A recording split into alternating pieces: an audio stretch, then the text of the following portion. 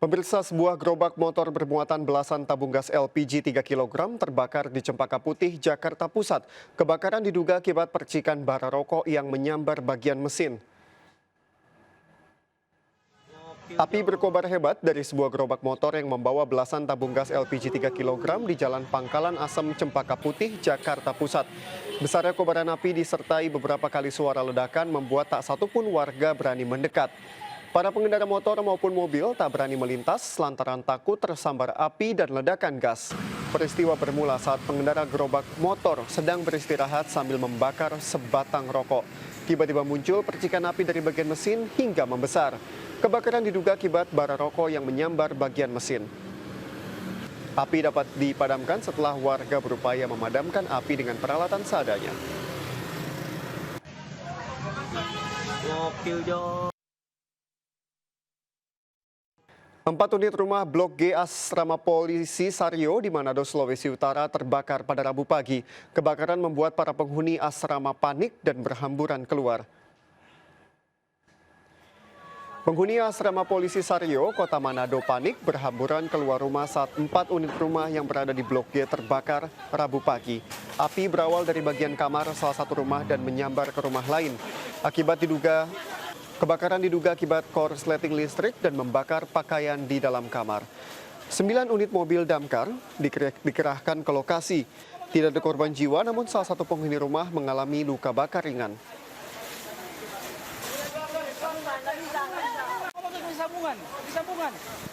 Sebuah dam truk tertabrak kereta api di perlintasan tanpa palang pintu Kabupaten Mojokerto, Jawa Timur. Dam truk mogok di tengah rel sesaat kereta akan melintas. Detik-detik kecelakaan terekam kamera video amatir.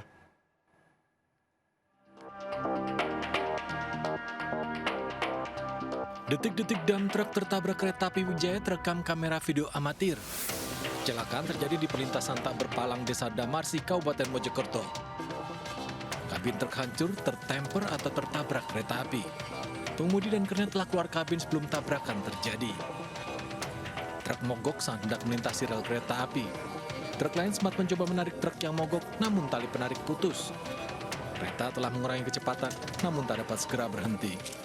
Kan waktu itu sebelumnya kan ada kereta lewat, palang pintu sudah ditutup. Truknya tadi dari mana? Arah mana? Dari arah utara, mau ke selatan. Nah, waktu itu kereta pertama dia lepas kan, palang pintu dibuka dan dia jalan. Nah, waktu itu langsung jelek berhenti di tengah rel. Mogok atau gimana? Iya. Pengemudi dam truk dan kernetnya telah menyelamatkan diri. Kecelakaan ditangani unit laka lantas Polres Mojokerto. Belum diketahui kondisi masinis dan penumpang di kereta api yang melintas. Dari Kabupaten Mojokerto, Jawa Timur, Solahuddin, N-News melaporkan. Seorang pekerja menara telekomunikasi di Kota Ternate, Maluku Utara meninggal dunia usai terjatuh dari menara setinggi 20 meter. Korban terjatuh saat gempa bermagnitudo 6,6 mengguncang Maluku Utara.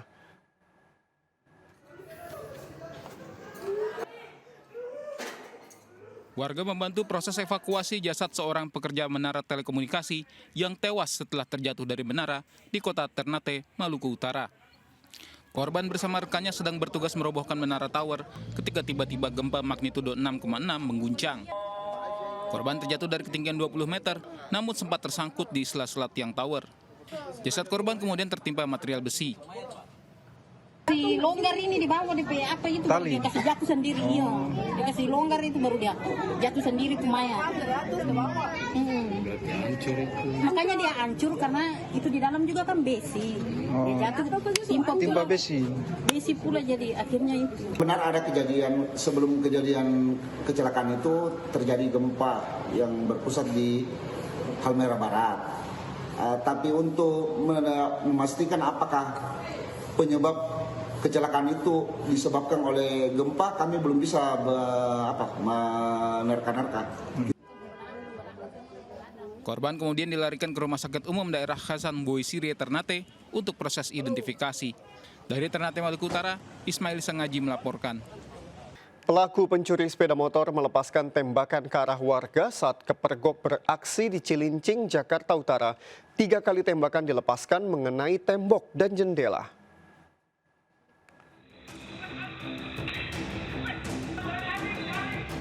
Aksi pencuri bersenjata api terekam kamera pengawas CCTV. Pelaku yang terpergok hendak mencuri di sebuah rumah kontrakan nekat melepaskan tembakan. 3 kali senjata api genggam meletus tembakan. Tembakan mengenai tembok dan jendela rumah. Pencurian terjadi di rumah kontrakan Jalan Kenanga, Cilincing, Jakarta Utara. 2 pelaku datang bersepeda motor. Seorang di antaranya langsung masuk ke dalam halaman.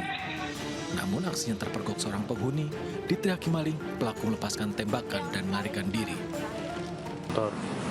Nah, ketahuan sama bapak saya nih, dikejar, dia nembak, udah sempet nembak 2 kali di dalam, di luar tuh, dia nembak lagi sekali, langsung kabur dia udah. Pelaku berapa orang, Bang? 2 orang. 2 orang. Mereka tuh datang naik apa? Naik motor Scoopy. Pelaku membobol kunci gembok pintu pagar rumah kontrakan. Tembakan pelaku mengenai jendela dan meninggalkan bekas lubang. Warga menemukan peluru gotri diduga dari tembakan pelaku. Dari Jakarta, Sofyan Firdaus, N-News, melaporkan. Ratusan emak-emak memadati TKP kasus pembunuhan ibu dan anak di Subang, Jawa Barat. Masa meluapkan amarahnya dengan meneriaki tersangka Yosef saat dimulainya rekonstruksi.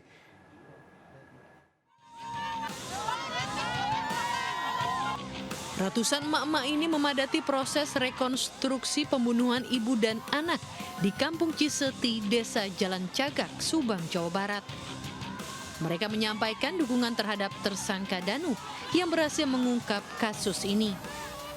Sementara berbeda saat tersangka Yosef Hidayah atau suami korban tiba di lokasi. Emak-emak ini tak dapat menyembunyikan kekesalannya kepada Yosef. Tidak hanya warga Subang, warga asal Bandung dan Purwakarta bahkan sengaja datang untuk menonton langsung proses rekonstruksi. Warga mengaku penasaran dan kesal kepada Yosef yang seharusnya menjadi pelindung bagi kedua korban. Pengennya cepat-cepat sangat luar biasa sampai 2 tahun lebih baru mau terungkap. Sampai terungkap pembunuh semua. Hukum Jawa diuji bayar Jawa. Penasaran banget. Ya penasaran ya, pengennya nyawa dibalas nyawa aja saya mah. Rekonstruksi kasus pembunuhan ibu dan anak ini dilaksanakan di 3 titik dengan 95 reka adegan. Polisi juga menurunkan puluhan personil untuk mengamankan lokasi. Dari Subang, Jawa Barat, Yudi Heriawan, Juanda melaporkan. Pemirsa, kerangka manusia ditemukan dikubur dan dicor dengan semen di sebuah rumah di Blitar, Jawa Timur. Korban seorang perempuan diduga dibunuh oleh suaminya sendiri.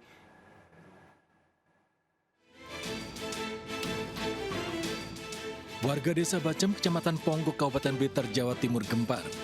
Jasad seorang perempuan yang tinggal kerangka ditemukan terkubur dan dicor dengan semen di dalam sebuah rumah. Jasad tersebut ditemukan pemilik rumah saat hendak merenovasi rumah yang baru dibeli. Kerangka jasad manusia tersebut adalah perempuan diperkirakan berusia di bawah 25 tahun. Satreskrim Polres Blitar Kota telah memeriksa 4 orang saksi. Muncul dugaan pelaku pembunuhan adalah suami korban berinisial S. Itu kejadian kan udah lama, dari perkiraan kemarin kan 1 tahun atau 1,5 tahun, tapi mungkin juga bisa lebih. Dari tempat TKP kemarin ada beberapa yang kita amankan, nanti akan kita cek, dan baik itu DNA maupun nanti dari hasil forensiknya seperti apa. Bang, sejauh ini sudah diminta keterangan S ini kemana istrinya ini? Istri S ini kemana gitu sudah diminta keterangan? Ya, nanti kita makanya kita dalamin prosesnya, nanti keterangan seperti apa nanti kita lanjutkan. Pemilik rumah yang hendak renovasi rumahnya mendapati sebuah bekas cor semen di dalam kamar terlihat baru dan mencurigakan. Saat dibongkar ditemukan jasad manusia di dalamnya. Dari kondisi kerangka tersebut, polisi menduga jasad perempuan telah terkubur lebih dari 1 tahun. Dari Blitar, Jawa Timur, Robi Ridwan, N-News melaporkan. Pemirsa, netralitas ASN, perangkat desa hingga aparat TNI Polri tak bisa ditawar selama pemilu 2024. Bahkan aturan hingga sanksi tegas telah diterapkan. Lalu mengapa muncul skeptisme dari masyarakat hingga perhatian khusus dari pengawas pemilu akan hal ini? Berikut apa kata fakta.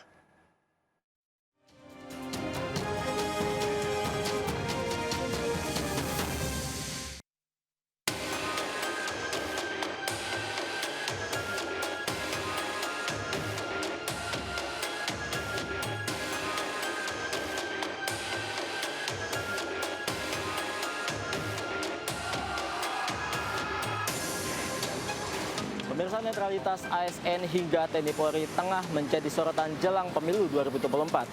Bahkan muncul skeptisme dari masyarakat hingga perhatian dari pengawas pemilu. Lalu apa kata fakta? Secara umum netralitas ASN dalam pemilu sudah diatur dalam 3 peraturan sekaligus. Mulai dari Undang-Undang Nomor 5 Tahun 2014 tentang Pemilu, lalu disiplin PNS hingga kode etik PNS. Kemudian untuk netralitas TNI juga sudah diatur dalam Undang-Undang Nomor 34 Tahun 2024 tentang TNI, lalu Undang-Undang Nomor 10 Tahun 2016 tentang Pemilu. Sementara itu untuk netralitas Polri juga sudah diatur dalam Undang-Undang Nomor 2 Tahun 2002 tentang Polri, hingga Undang-Undang Nomor 7 Tahun 2017 tentang Pemilu. Sejumlah oknum polisi diduga mulai tidak netral jelang pemilu mendatang. Namun, dugaan tersebut dibantah oleh Kabahar Kampolri Komjen Pol Fadil Imran. Apa benar ada komandan yang memerintahkan bawahannya berpihak kepada caleg tertentu atau partai tertentu atau capres tertentu? Apa benar seperti itu? Siapa? Kan katanya banyak. Nanti akan kami klarifikasi, Pak. Sementara Panglima TNI Jenderal Agus Subianto tegas menyampaikan setiap anggota TNI yang ikut berpolitik praktis akan disangsi. TNI yang aktif tidak boleh berpolitik praktis. Kemudian ada Undang-Undang Nomor 7 Tahun 2017, apabila berpolitik praktis itu akan ada sanksi. Sanksinya sanksi pidana ataupun teguran dari komandan satuannya. Badan Pengawas Pemilu Republik Indonesia mencatat indeks kerawanan isu netralitas ASN di pemilu 2024. Ada 10 provinsi dengan tingkat kerawanan tertinggi di Indonesia. Untuk yang pertama ada Provinsi Maluku Utara dengan skor maksimal 100 poin. Kemudian di posisi kedua ada Provinsi Sulawesi Utara dengan skor 55,87 poin. Dari posisi ketiga ada Provinsi Banten dengan skor 22,98 poin. Dan di posisi keempat ada Provinsi Sulawesi Selatan dengan skor 21,93 poin. ASN tidak netral dalam pemilu bukan sekedar dugaan belaka. Faktanya di tahun politik sebelumnya, yakni 2020 hingga 2022, ada 2.000 lebih ASN dilaporkan. 1.600 diantaranya terbukti melanggar dan telah dijatuhi sanksi. ASN ini dia punya kekuasaan itu harus dibatasi khususnya dalam penyelenggaraan pemilu ke depan. ASN juga banyak dan menentukan roda pemerintahan, ya, roda pemerintahan, bentuk pelayanan, kemudian juga bentuk-bentuk kekuasaan wilayah, pengendali wilayah itu ada di ASN. Jika kemudian penggunaan program pemerintah untuk kepentingan peserta pemilu tertentu, maka bisa kena tindak pidana jika dilakukan pada saat kampanye dan sesudah masa kampanye, menjelang rekapitulasi, menjelang pemungutan dan penghitungan suara. Baik PNS maupun P3K, teman-teman TNI, penjaga pertahanan kita, patriot bangsa kita, teman-teman polisi yang menjaga keamanan kita, jadilah pelayan, pengayom, dan juga pelindung warga negara tanpa melihat pilihan politik. Saking rawannya netralitas ASN dalam pemilu 2024, kini pose berfoto pun telah diatur. Selama masa pemilu 2024 ini, para ASN dilarang berfoto dengan gaya ini. Yang pertama, gaya dengan jari jempol ke atas. Kemudian gaya dengan menyimbolkan bentuk telepon. Kemudian gaya dengan jempol dan juga telunjuk ke atas. Kemudian gaya dengan berbentuk hati atau sarang heo. Kemudian gaya dengan berfoto 5 jari. Kemudian gaya dengan tangan berbentuk fist atau 2 jari. Kemudian gaya dengan berfoto 1 telunjuk ke atas. Dan satu lagi yang tidak boleh adalah gaya dengan tangan berbentuk metal. Dan pose yang hanya diperbolehkan adalah gaya dengan seperti ini atau kepalan tangan. Jumlah ASN begitu banyak, terlebih posisi dalam pemerintahan. Penyalahgunaan kekuasaanlah yang menjadi kekhawatiran jika ASN tidak netral. ASN hingga TNI Polri yang tidak netral akan dikenakan sanksi berupa sanksi sedang hingga sanksi berat. Untuk sanksi sedangnya berupa penundaan kenaikan gaji, kemudian penundaan kenaikan pangkat, hingga penurunan pangkat selama 1 tahun. Kemudian untuk sanksi beratnya adalah dikenakan penurunan pangkat selama 3 tahun, kemudian pemindahan dalam rangka pembebasan jabatan, kemudian adalah penurunan jabatan hingga pemberhentian.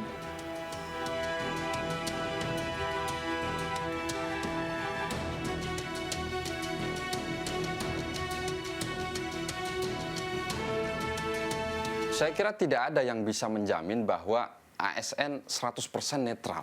Karena apa? Karena yang pertama tentu kalau statement Presiden Jokowi mengatakan bahwa aparatus negara ini harus netral. Ya saya kira netralitas itu kan tidak berada di ruang hampa kan. Dia harus paralel, harus linier dengan apa yang terjadi di lapangan. Nah sekarang dengan background kontestan pemilu yang mayoritas adalah bagian dari kekuasaan itu sendiri, ditambah juga ada putra Presiden Jokowi. Pertanyaannya kan bagaimana aparatus negara bisa berlaku netral? Kan itu kira-kira pertanyaannya. Nah oleh karena itu kita mendorong sebetulnya Bawaslu juga kan di Undang-Undang Pemilu sudah tegas diatur bahwa salah satu fungsi Bawaslu adalah melakukan pengawasan terkait dengan netralitas penyelenggara. Ya saya kira Bawaslu harus proaktif lagi termasuk dalam melakukan tindakan pencegahan agar kasus netralitas ASN ini tidak berulang dari pemilu ke pemilu. Nah, kenapa pelanggaran terhadap netralitas ASN ini seringkali muncul? Salah satu yang cukup fenomenal alasannya adalah karena adanya tukar guling terkait dengan promosi jabatan.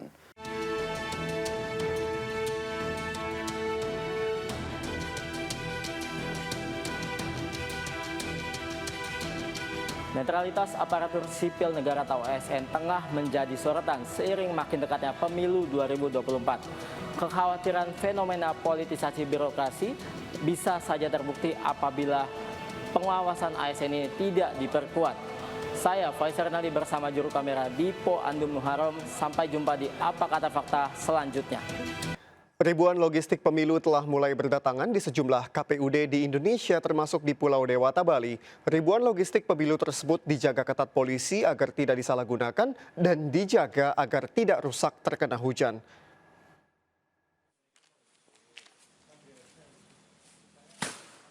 Ribuan logistik pemilu dari KPU Pusat berupa bilik suara dan kotak suara ini tiba di KPUD Jember, Jawa Timur. Ada 12.500 kotak suara dan 6.000 bilik suara yang diterima KPUD Jember. Seluruh logistik tersebut telah diperiksa dan tidak ada yang rusak. Seluruh logistik yang telah tiba disimpan di gudang Temprina Jember. Kotak. Sebelumnya kita sudah menerima tinta, kemudian segel, ya. Sudah kita terima, jadi nanti kita di bulan Januari lah ya, kita akan menerima surat suara. Ribuan logistik pemilu juga mulai berdatangan di gudang logistik Kabupaten Gianyar, Bali. Logistik tersebut mulai dari bilik suara, kotak, tinta, hingga tanda pengenal KPPS. Sementara surat suara masih menunggu kiriman dari KPU Pusat. Ada dua hal yang perlu dijaga untuk ribuan logistik ini. Selain harus dijaga ketat oleh polisi agar tidak disalahgunakan, logistik pemilu juga harus dibungkus plastik menghindari kerusakan akibat terkena hujan. Untuk cuaca, kita sudah antisipasi dengan pengecekan tempat logistik, kemudian antisipasi dengan menyiapkan terpal apabila terjadi sesuatu. Sementara sih gudang baik-baik saja dan tidak ada yang bocor. Dari Jember, Jawa Timur dan Gianyar, Bali, Tim Liputan Kontributor iNews melaporkan. Pasangan Capres-Cawapres nomor urut 3 Ganjar Pranowo Mahfud MD ditargetkan menang di Nusa Tenggara Barat oleh Partai Perindo. Partai Perindo mulai memetakan langkah politik dan strategi pemenangan dengan melibatkan seluruh kader.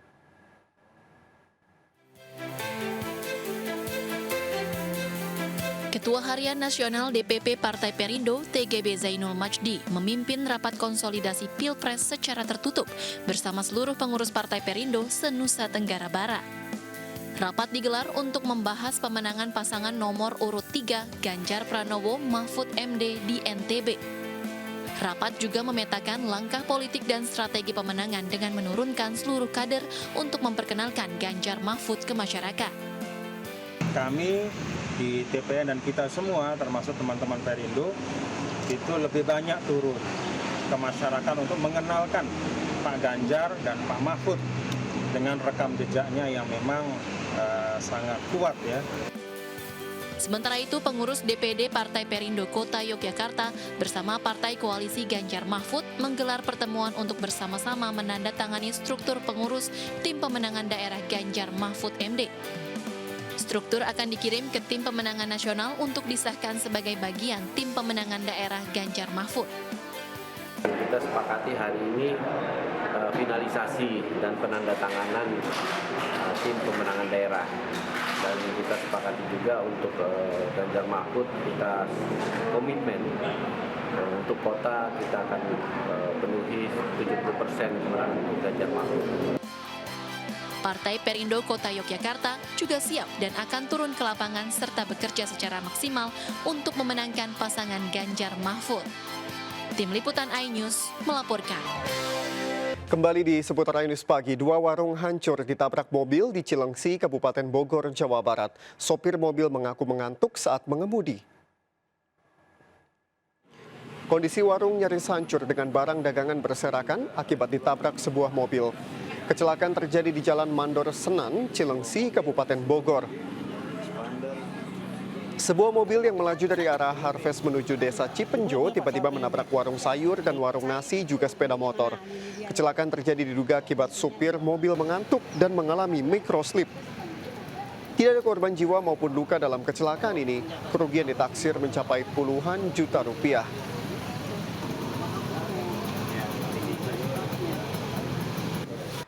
Sopir mobil yang mengalami kecelakaan maut di Jalan Raya Bangli, Karangasem, Bali akhirnya ditetapkan sebagai tersangka. Tersangka langsung ditahan di Mapores Karangasem untuk menunggu proses hukum selanjutnya.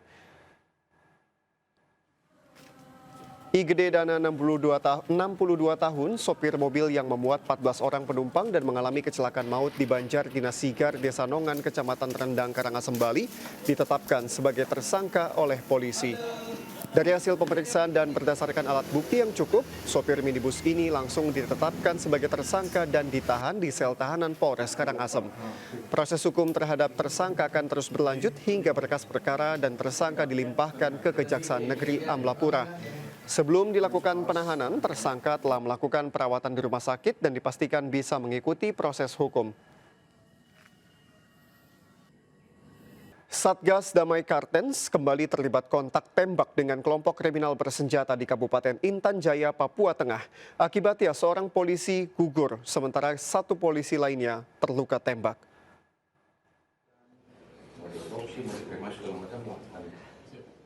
Seorang polisi personel Satgas Ops Damai Kartens gugur usai terlibat kontak tembak dengan KKB di distrik Titigi, Intan Jaya, Papua Tengah. Sementara satu polisi lainnya terluka. Korban meninggal atas nama Barada Bonifasius yang tertembak di ketiak kanan. Sementara Baratu Rani Yohanes terluka karena tertembak di kaki kiri. Jenazah dan korban luka kemudian dievakuasi ke RSUD Timika. Atas nama Bonifasius Jawa, pangkat Barada, jenis kelamin laki-laki, Kesatuan Satbrimob Polda NTT. Untuk Barada Bonifasius, kondisinya meninggal dunia, mengalami luka tembak di bagian punggung tembus ke ketiak sebelah kanan. Sedangkan korban yang kedua atas nama Rani Yohanes Serang, pangkat Baratu, jenis kelamin laki-laki, asal Kesatuan Satbrimob Polda NTT. Yang bersangkutan mengalami luka tembak di bagian kaki sebelah kiri. Pihak Satgas menyatakan kontak tembak berawal saat personel Satgas sedang melakukan olah TKP di distrik Titigi. Saat ini pihak Satgas melakukan pengejaran terhadap para pelaku penembakan. Dari Jayapura, Papua, Freddy Nuboba melaporkan. Pemirsa, Jenderal Agus Subianto resmi dilantik sebagai Panglima TNI. Agus menggantikan Laksamana Yudo Margono yang akan memasuki masa pensiun.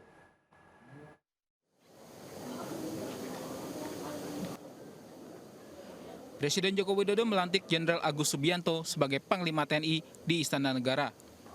Agus menggantikan Laksamana Yudo Margono yang akan memasuki usia pensiun. Dihadiri sejumlah petinggi TNI hingga Menteri Kabinet Indonesia Maju, pelantikan diawali pembacaan keputusan Presiden atau Kepres, dilanjutkan dengan pengucapan sumpah jabatan. Usai dilantik, Panglima memastikan netralitas TNI dalam penyelenggaraan pemilu. Tentang netralitas TNI, kemarin 2 hari yang lalu sudah kick off tentang netralitas dan pembuatan posko pengaduan. Jadi nanti di wilayah-wilayah ada posko pengaduan apabila ada oknum TNI yang tidak netral itu bisa dilaporkan ke pos-pos tersebut.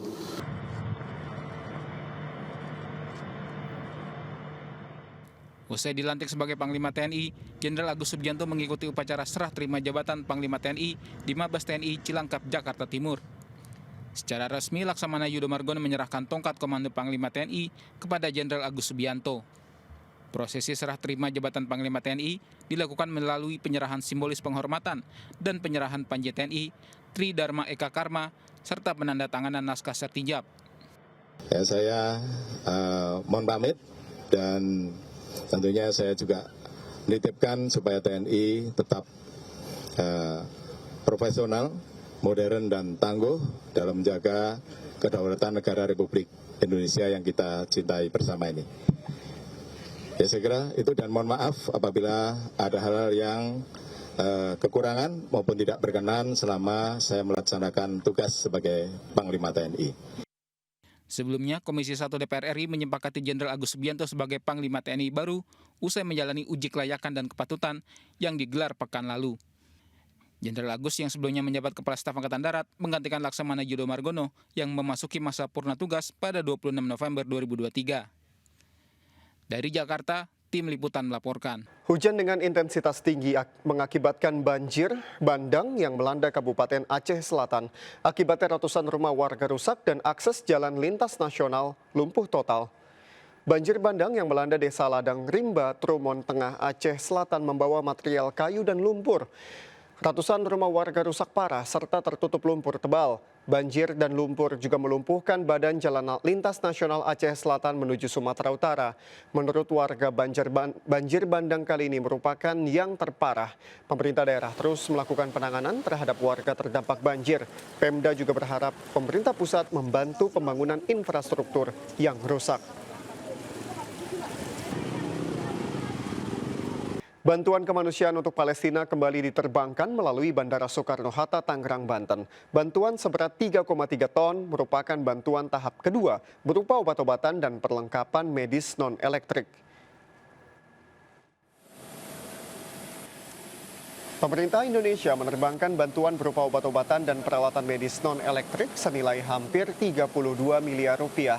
Bantuan merupakan kolaborasi lembaga dan kerjasama Bank Pembangunan Internasional atau Indonesia Aid dengan Kementerian Kesehatan, Kementerian Keuangan, dan Kementerian Luar Negeri. Jenis logistik yang dikirim diantaranya 2.400 box obat-obatan dikirim melalui Bandara El Arish, Mesir, dan selanjutnya dikirim ke jalur Gaza. Kepala Crisis Center Kementerian Kesehatan RI Sumarjaya mengatakan bantuan merupakan hasil screening dan permintaan urgen di Palestina berupa peralatan medis yang dibutuhkan di lapangan.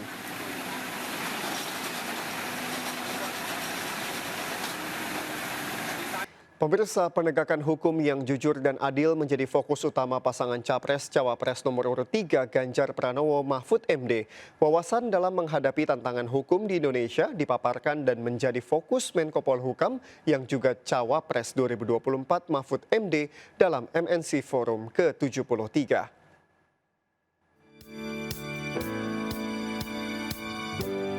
Menko Polhukam yang juga Cawapres nomor urut 3 Mahfud MD hadir sebagai pembicara dalam MNC Forum ke-73 yang diselenggarakan di Jakarta Concert Hall, iNews Tower, Jakarta Pusat. Mengusung tema penegakan hukum, Jembatan Menuju Indonesia Emas 2045, Mahfud MD berbagi pandangan dan ragam persoalan hukum yang masih dihadapi di Indonesia sampai saat ini. Kalau saya yang dipercaya menangani ini, kita fokus ke penegaknya dulu. Ya, karena sebenarnya orang itu ingin bekerja baik-baik saja semuanya yang saya datangi. Buktinya hari ini saya juga datang semangat untuk penegakan hukum itu. luar biasa dari forum di MNC Group ini. Ya, jadi ya apa yang disampaikan tadi juga sangat bagus, semua puas, dan kita sangat berharap ya beliau jadilah wakil presiden, karena kita Indonesia kalau mau bagus, penegakan hukum, pemberantasan korupsi itu harus betul-betul berjalan dengan baik dalam arti yang sesungguhnya. Eksekutif Chairman MNC Group Haritanu Sudipyo juga berbicara dalam sesi penutup forum dengan harapan ekosistem MNC Group semakin memahami pentingnya keadilan dan kejujuran dalam bekerja. Dari Jakarta, Esra Ambarita, Fakih Satrio Damar Wicaksono, iNews melaporkan.